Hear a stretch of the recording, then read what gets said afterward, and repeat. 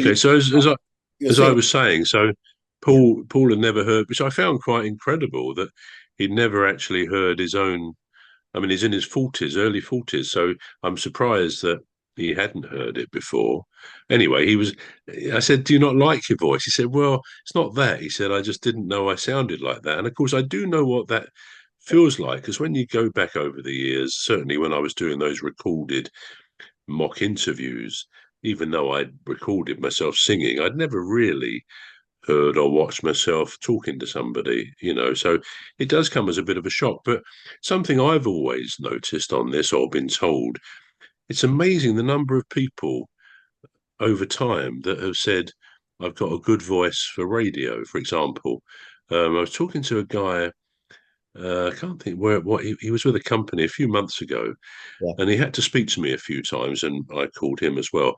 And every time he started by saying, "Trevor, have you spoken to LBC? Like that's what London Broadcasting Radio."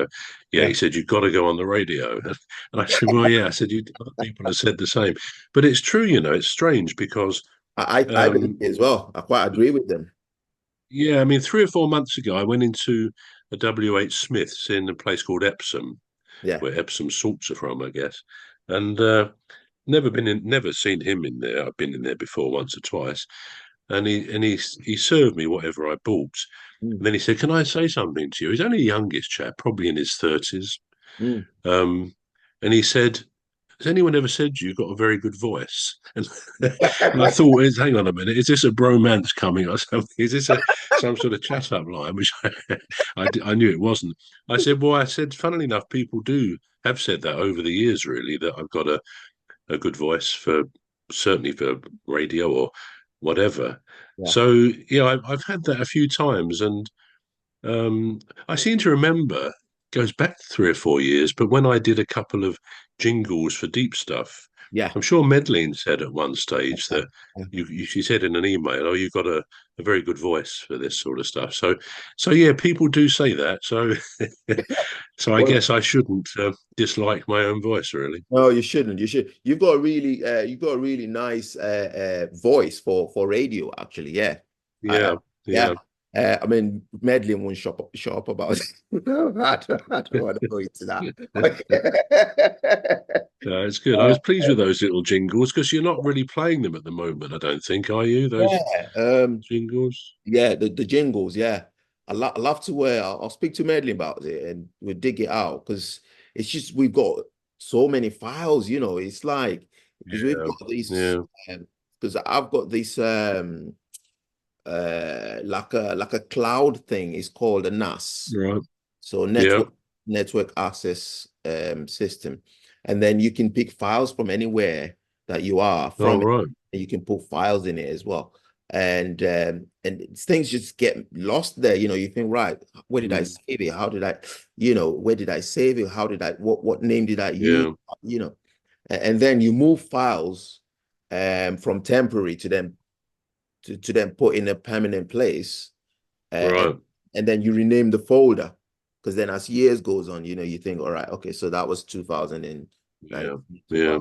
2018. So yeah, we'll dig it out and put it back on. But it's you've got a really good voice for radio, yeah. So it's not a bromance brewing, anyways. No, I did wonder, not with you, but with the WH Smith bloke. Someone suddenly comes out with that, but no, I'm glad that people think that. Yeah, yeah. Good Um, stuff. So what we're just gonna do is just keep this format going and just get into it. Mm, And then that's good. what I'll get us to do later on is then record the introduction bit, which I can then cut Yeah. and put it Yeah. at the start. You see what I mean? So I can just cut it and put it at the start, um so we'll do that. So should we do that now? Should we just do the introduction bit? Yeah, by all means. Yeah. Yeah, which Yeah. I'm gonna cut and put the middle. Um, I am Emmy Hikins, and And I'm Trevor Gear. right, and welcome to the Alien Spaceship, our new podcast. So we just I was just thinking about apologies, Trevor. Yeah, So somebody like I had a mate that said something, something I felt um well, I felt bad when he said it. Well, he must have felt bad, but I didn't like what he said. And then he noticed it, and then he said, "Oh, he said I should apologize."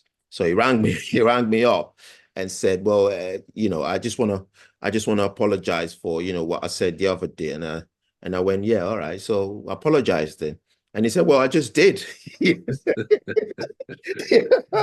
yeah, I can understand the point you make.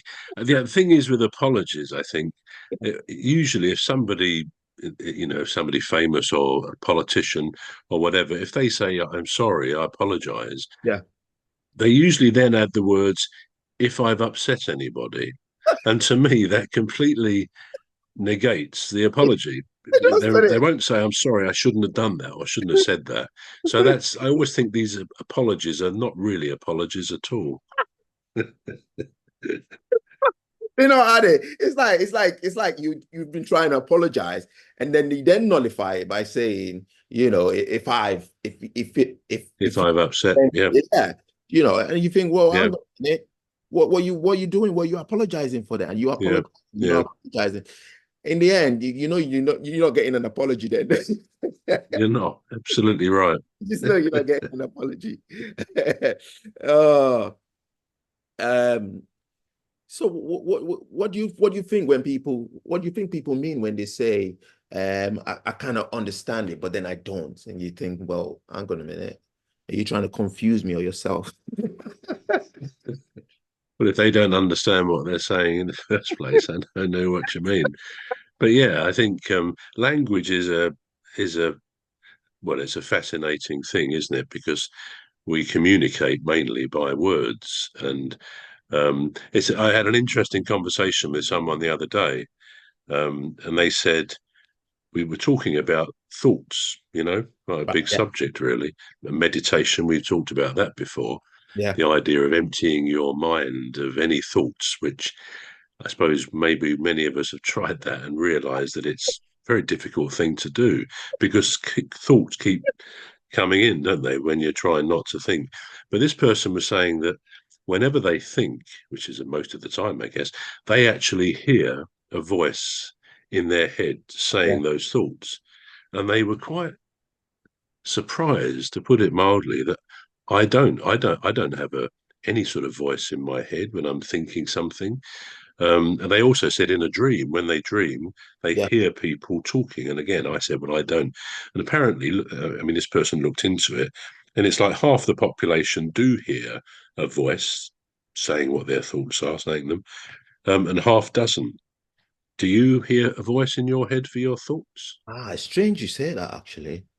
Because when all right, okay, so I don't mean to bring religion into this, but when I pray sometimes, I hear a voice saying, yeah, your prayer has been answered. And I'm thinking, hang on a minute, who's talking? You feel it's a voice you actually Yeah, hear, I hear a voice and I'm really? thinking, am I telling myself that it's going to be okay? Yeah, Or is my prayers being answered? And that sort of, yeah, yeah. it's funny you say that actually. Um, because when you do try to meditate, like you said, try to empty your thoughts or try to empty your mind of any thoughts, that's when you actually do think. Yeah, you can't avoid it, really. You can't really avoid it, can you? Yeah. But then talking about thoughts in your head, you don't you Yeah, don't yeah. you don't want to be getting that most of the time, do you? You don't know because I mean, in some respects, we're all alone, aren't we, in terms of how our existence. I mean, it's only me, it's only us, Yeah. ourselves, who are inside our heads, and we know we cannot escape ourselves. Sometimes there's a feeling maybe you want to escape from this kind of I don't say prison, but we're all enclosed with our spirit, our soul, whatever, is enclosed in this human frame. And the thing is, the human frame is the most incredible. We could talk for a long time about the incredible nature, that that humanity is. But there is a sense we're all alone, and not to be negative, but thoughts are quite an interesting thing that we have to deal with. And I mean, there are statistics which say we have so many millions of thoughts every day because Mm. they come and go, zapping in and out. But I mean, the interesting thing is, in terms of our existence and our brain, Yeah. only about 10%, as I understand it, has to do with our conscious life, what we're living day to day. The rest of it, this incredible machine, computer, that is called our brain, Yeah. is constantly monitoring all the systems. You can analogize it with a computer, and we never know about it. The brain makes most of the decisions we actually think we've made. It Yeah. does it without even telling us. So it's an incredible thing, is the brain. So we deal with the conscious bit when we're asleep. Our brain has a few fun and games with our dreams. Let's face it, we some of our dreams are completely ludicrous, aren't they? And I think one of my songs, actually, Wildest Dreams, going Yeah. back 2 or 3 years, it said about nothing ever seems weird in a dream. I mean, you could be flying a huge A380 aircraft, Yeah. and it's if you've always done that. And it's a good thing to think about. This thing called the brain, where does it get these ideas from in the dreams we have? They're not, sometimes they're linked, and people say they can interpret a dream, Yeah. but very often they make absolutely no sense at all. And it doesn't seem to occur to us in that dream that this is all a bit strange, a bit weird. So yeah, thoughts and meditation, it's a whole, you know, can of worms, isn't it, really, as to where we could go with that. I know, you just got me thinking now because, anyway, but before I go into that thought, I was just thinking about that song, Wildest. Yeah, wildest dreams. Oh, I love it. I just love it. It's a beautiful masterpiece, by the way. Yeah. Thank I you mean, very much. yeah, I listen to it and I'm thinking, how does somebody sit down and then, it's like, I don't know if you've listened to certain comedians like Michael, what's his name? McIntyre, Is it McIntyre, no, yeah, that's Michael yeah, McIntyre. Isn't it? And he takes everyday, like simple everyday things, yeah, yeah, turn into, it turns it into this thing that I could only describe as a piece of art. It was yeah, said, yeah,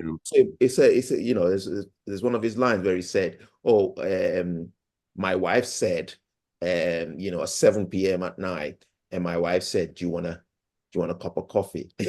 and he said, he said to his wife, "Do you mean that thing that you drink in the morning to wake you up?" you know, and I'm thinking, so yeah, it took coffee, and it's just made it like, yeah, it's made your mind play around the the the thing coffee, and you think, hang on a yeah, minute, yeah, yeah, that's what you're drinking. You don't drink that at night. Yeah. And that's how I felt when I listened to that song. I listened to the Wildest Dreams, and I'm sat there thinking, hang on a minute. Yeah, you can't really be, you can really be invincible in your dreams. Like mm. you could be flying a B-52, for instance, You're doing anything, yeah, yeah, and it doesn't seem odd, does it? I know. Doesn't You seem will start to strange. think to yourself, hang on a minute. I'm not in the Marines. I'm not Royal Navy. What am I doing? Yeah, What am I doing? absolutely, I very know. strange stuff. I know. Just on the line of thought as well. Have you ever had an idea you thought was so great, but then it turns out to be rubbish and just made you look absolutely silly? Yeah, it's a good sort of question. I think I've always been a creative sort of person, Right. and I guess over the years I've come up with some ideas. I'm trying to think of some. I mean, I can probably talk about something a bit more specific on that. I remember a few years ago, and this was when my girls, my Kimberly and my Lucy, they were probably about, how old were they? It's probably about 10 years ago, this. So I suppose they were 9 or 10, 11, something like that. And we went to a place near Eastbourne, which is on the south coast. Yeah. As a family, we all went down there. Um, and it was a very nice place there. I was trying to think what it was called. It was something Hatch. I can't. It doesn't really matter. But anyway, we went there, and it was a nice sort of open air place, and lots of things for kids to do. And there were some animals and all the usual stuff. A bit like a not just a theme park, but a cross with a theme park and a safari park. They had lots of animals. Anyway, we did all the usual stuff. We had a nice lunch there and so on. And then after lunch, Lucy said, and she would have been about 10, I think. Right. She said, "Oh, she said, can we go? Can you come on the boat with me?" And I said, "What boat?" And she said, "Oh, it's a boating lake." And as per your introduction, it seemed a Yeah. really good idea at the time. Right. So I don't think Kimberly wanted to come. And anyway, these boats were quite. They were like little rowboats, but Yeah. they were quite small, relatively small, not a great big thing, and a couple of oars inside it. But it looked very lightweight. Anyway, we walked down to the water. We were right at the front of the queue. It just opened after lunch. So people were lining up. So we went down there first, Lucy and Right. I. I think about this and I'm laughing now. I wasn't laughing at the time.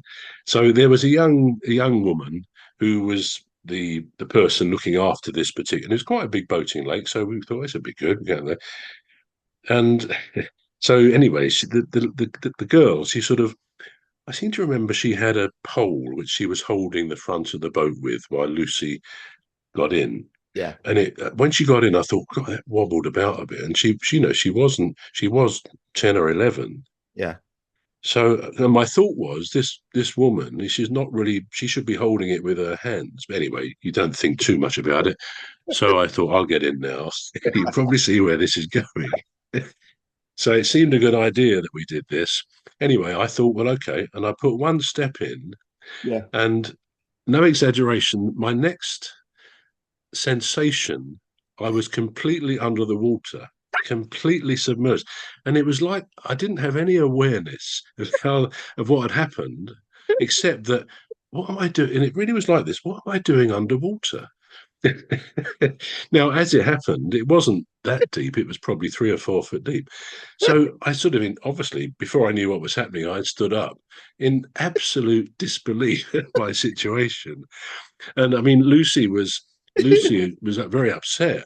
And Kimberly told me that because she was back there near the queue with her Yeah. mum and my partner then, Yeah. um, and Kimberly ran into there's a little castle where the kids played, and Yeah. there was like a little turret. She said I was so frightened. She said I ran and hid in this. She sort of panicked when she saw this. Anyway, that was that. I sort of clambered out of the water.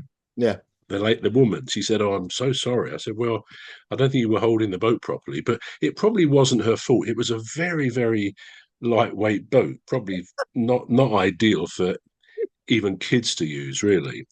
So, but the worst bit at that stage, I mean, this woman had got her boss, another lady, Yeah. in the time it took me to get out and feel absolutely humili- humiliated and embarrassed. And the boss lady came and said, "I'm so sorry." She said, "If you come with me," she said, "we'll go back to the main house and Yeah. I've got some spare clothes." Can you imagine getting some spare clothes? And so, but the worst bit was yet to be. She said, "Okay, well, you come with me then." And I had to walk with her Yeah. past this long queue of people waiting to go on these boats, as if you try and look nonchalant. Oh, all right, this, and you thought, no, this can't be happening, cannot be happening. Anyway, long story short, really, I got back there. She gave me some clothes. I changed into them. It was surprisingly good. I would think they were better than my clothes. I was tempted to walk out in these. Well, I did walk out. She said, "I'll put all yours in a drying machine." They had all this stuff there, so maybe this happened fairly regularly. I don't know. Never thought of that before. But anyway, so I came out and met the family again, and we wandered around. And I went back about half an hour, got my own clothes back, and I never forgot. I think the girls called it Splash Hatch after that. It was something else Hatch, but Splash Hatch. So that was my experience of something that seemed a really good idea. Take Lucy on a boat, and I end up being completely submerged in water, and embarrassment doesn't cover it. I tell you. So that wasn't a good idea, Emmy. Um, Wasn't at all. I tell you what, mine was short and simple actually. So I I went to visit. I went to see my son in London, and I was thinking of a day out. You know what to do. You know, as you do with kids. Mm. I think it was about 3 then. So he said, Daddy, why don't we go ice skating? You know, I said, oh yeah, wow, why not? Well, I've never been ice skating before. I've never even been near a skate. You know, so anyway. I can see where this is going. Anyway, so we got, and it so happened that the lady there at the counter, she said to me, she said that I think it was £6 to rent the skating shoes. And she said, have you ever skated before? And I said, no. And the look on her face said, oh, we're like, oh dear, we've got another one.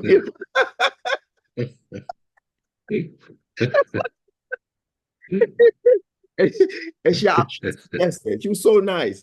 She actually suggested that my son did the skating on his own, and I just watched. And I went, no, Yeah. you know. Yeah, it's a bit rude to you, really. You wanted to go with your son. Of course you did. What's she talking about? I can stand this, I know how to walk, and dance.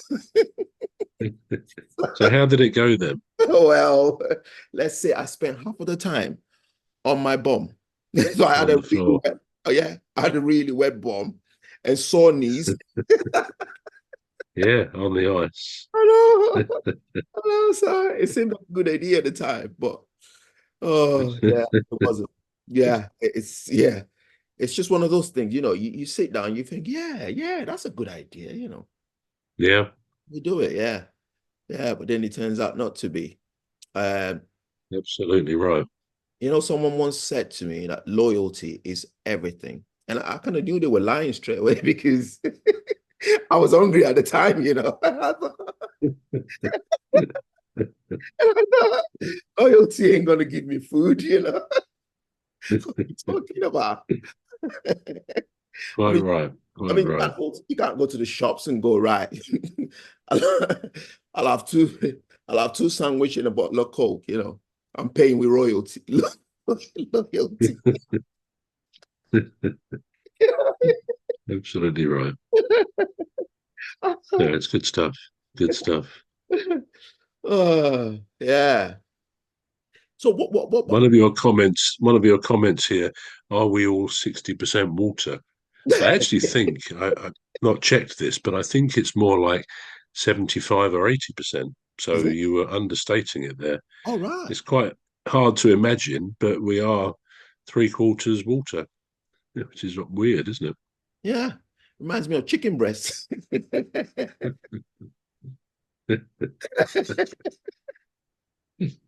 Yeah, that's good. You look at chicken breast, like it's like someone's injected it full of water. You think, whoa, Yeah, yeah. I yeah, think it's called succulent or something, isn't it? Succulent. right.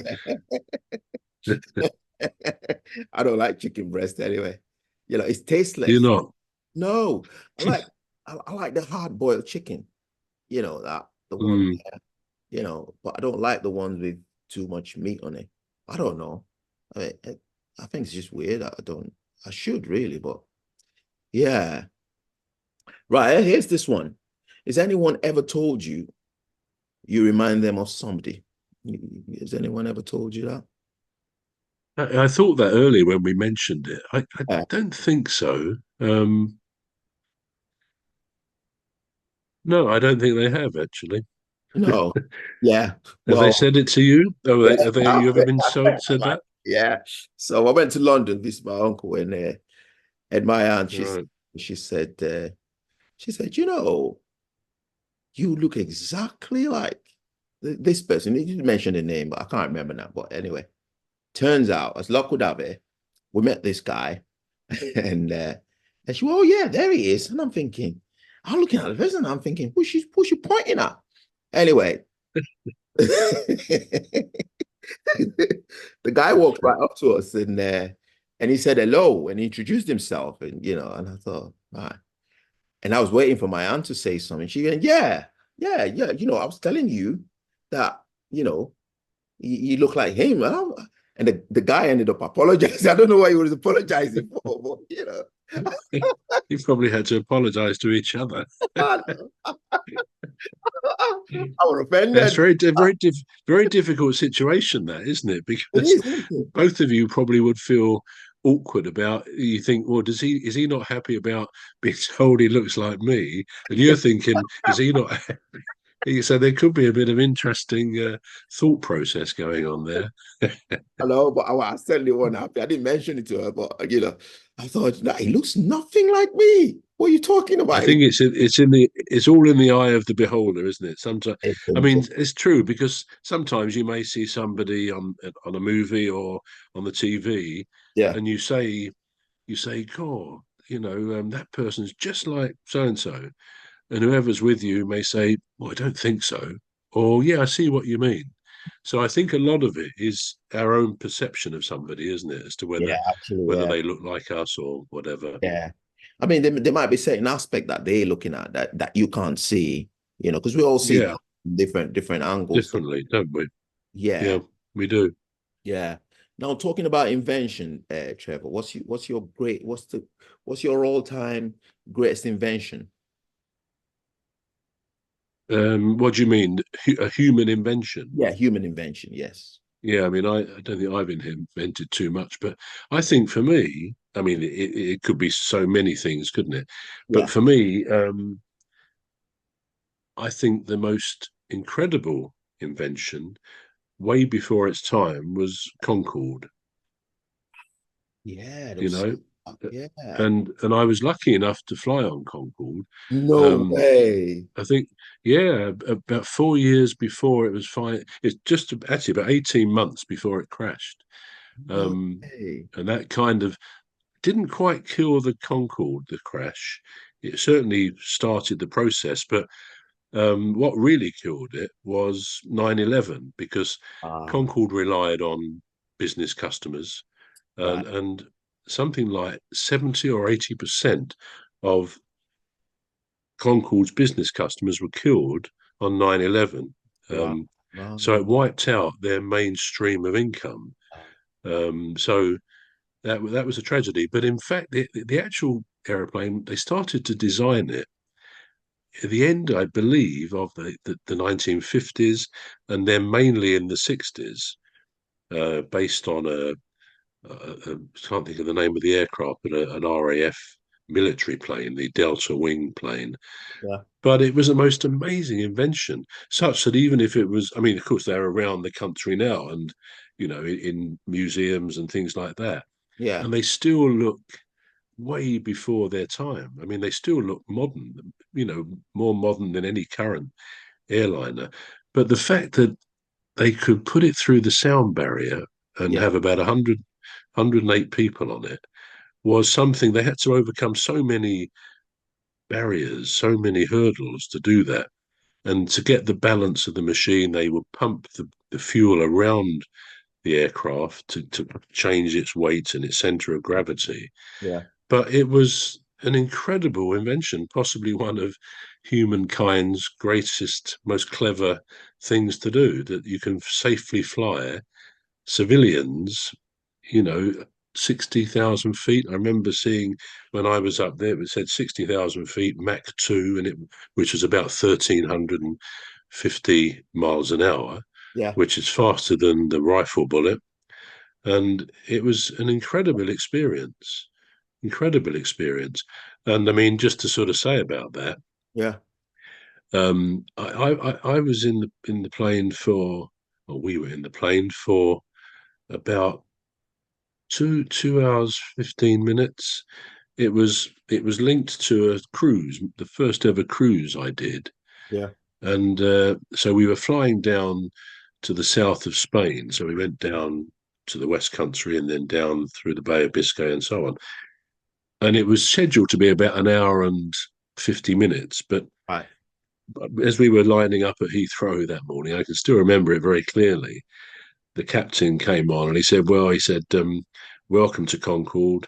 He said, we're actually fifth in line. He said, so we're going to have a little wait here. Yeah. He said, but you'll find this takeoff very different from anything you've experienced before.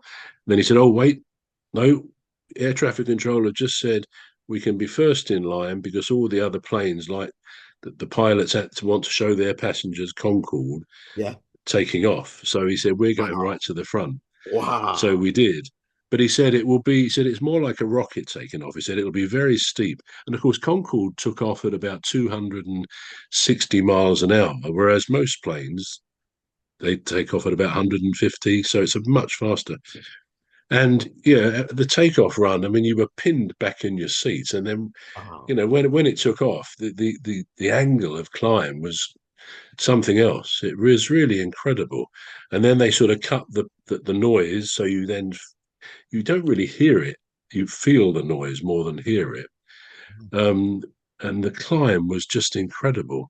And I remember over the sea, you could see cruise ships and things like that. And we were, well, what are you, 10, 12, 11, 12 miles up, 60 Wow. odd thousand feet. And then when he said, right, we're now going to go supersonic, he said, I've only got to push two little switches. He said, you'll feel two nudges in your back. Yeah. And that's exactly what you felt. And then it built up speed. It sort of doubled its speed. So it was an incredible experience. And anyway, to conclude that, we were coming into land at this place in southern Spain, Yeah. and it was a lovely sunny day. So it was perfect conditions. It was early in the morning. We took off about 8 o'clock at Heathrow. So it was about 2 hours, 10 o'clock ish when we were coming down to land. Yeah. And I think it may have been the co-pilot this time. He was counting down. He said, "Right, we're down to 20,000 feet, and then 19." And he was talking about the flight we'd had because we were all allowed to go and look at the flight deck as well. I mean, we Wow. were right at the front, my Yeah. partner and I, and so we could. And they'd kept the door open. It's before 9/11. You could see what they were doing. Anyway, Yeah. he then counted down. It got down to 10,000 feet, and you could feel the plane dropping and getting fairly steep on its angle. Then it was 9, 8, 7, got down to 5,000, and then a bit of a gap, but he then carried on 4,000, and people sort of looking out. The windows are tiny on Concorde, but you're sort of peering out there, seeing what's what. And it's quite a small plane. It's not like the wide body planes we go on. You know. Anyway, got down to 1,000, Yeah. and then it went quiet. I mean, he went quiet, and no one was alarmed because I thought, well, he's obviously 1,000 feet. You look out, couldn't really see much because it was hazy. It was very sunny, but it was Right. very hazy.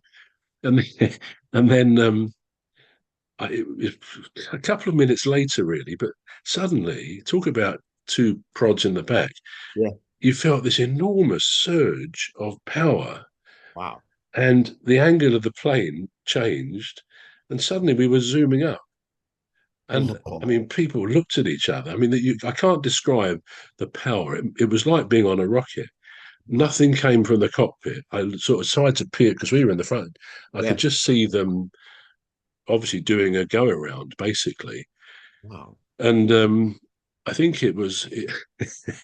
I think I said at the time, I wish I'd taken some spare underwear with me because it kind of. Sorry if that's a bit rude, but it kind of everyone was just looking at each other. What's going on? And anyway, after a couple of minutes, it was quite a long couple of minutes. He said, "Oh, nothing, no problem." He said, um, "British Airways has a policy that if we can't see the runway at 1,000 feet, we're not allowed to land." He said, "It's very sunny." He said, "But it's very hazy, so we're going up again." He said, "Look at it that you've got another 20, 25 minutes on the plane," which we did. Yeah. He said, "What we'll do, we'll go round, go out over the sea, and Yeah. then come back in the other way because hopefully to avoid the haze." Yeah. Well, it was at 20 minutes, 25 minutes, and we then were coming down again. but the sun was still on the same side, so we were obviously coming in the same way. And then we landed without a problem. It was just a perfect landing. You didn't really feel you were touching the ground. But yeah, that Concorde flight was something I'm so pleased because so many people have said that it was something they always wanted to do, Yeah. but of course the rug was ripped away from us because of all the issues of 9/11 and of course the crash in France. Yeah. But yeah, it's a great experience. But to come back to your original question, I think you go a long way to find a better, more clever invention in Yeah. every way than Wow. Concorde. Yeah. Wow. I mean, the way that you've explained it, it's like the plane is showing off. Well, yeah, it is a remarkable aeroplane. Wow. Military people first of all went through the sound barrier. I don't know when that was. Possibly, I don't know, after the war. Or, I don't know, but some people, a lot of military test pilots were killed because when they went through the sound barrier, their planes broke up. And so the Concorde designers had to learn, and they actually shaped the front of the Delta wings in Yeah. such a way, and you can see it if you look at it, Yeah. in such a way that it cut out that effect that actually caused the plane to break up. Yeah. So they had to build the whole thing in a different way, and it was a completely single bonded airframe. There's no Wow. gaps in it at all. But the interesting thing is when it gets supersonic, it gets so hot that the aircraft expands by about 8 inches. It's hard to Wow. believe. And on Wow. one of the ones that the one I went on, actually, they've got that at Heathrow still. Yeah. And on its last flight back, it was GBOAF, which is the one I was on.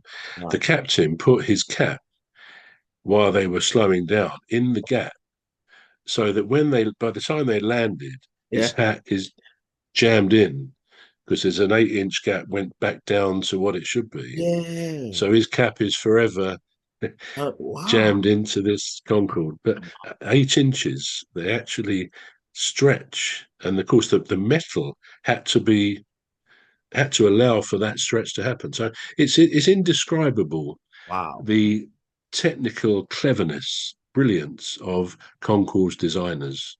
Wow. Quite amazing. Well, I'm not topping that now. There's no way I can top that. So I think I think it's a great topic to end the show on, don't you think? Yes, indeed. Yeah. So I've been Emmy Hikins, and I've been Trevor Gear. yeah, and you've been listening to the Alien Spaceship. Join us same time next week for another episode of the Alien Spaceship. It's bye from me. And it's bye from me. Yeah, thank you. Right, so I yeah. nearly said, and it's bye from him.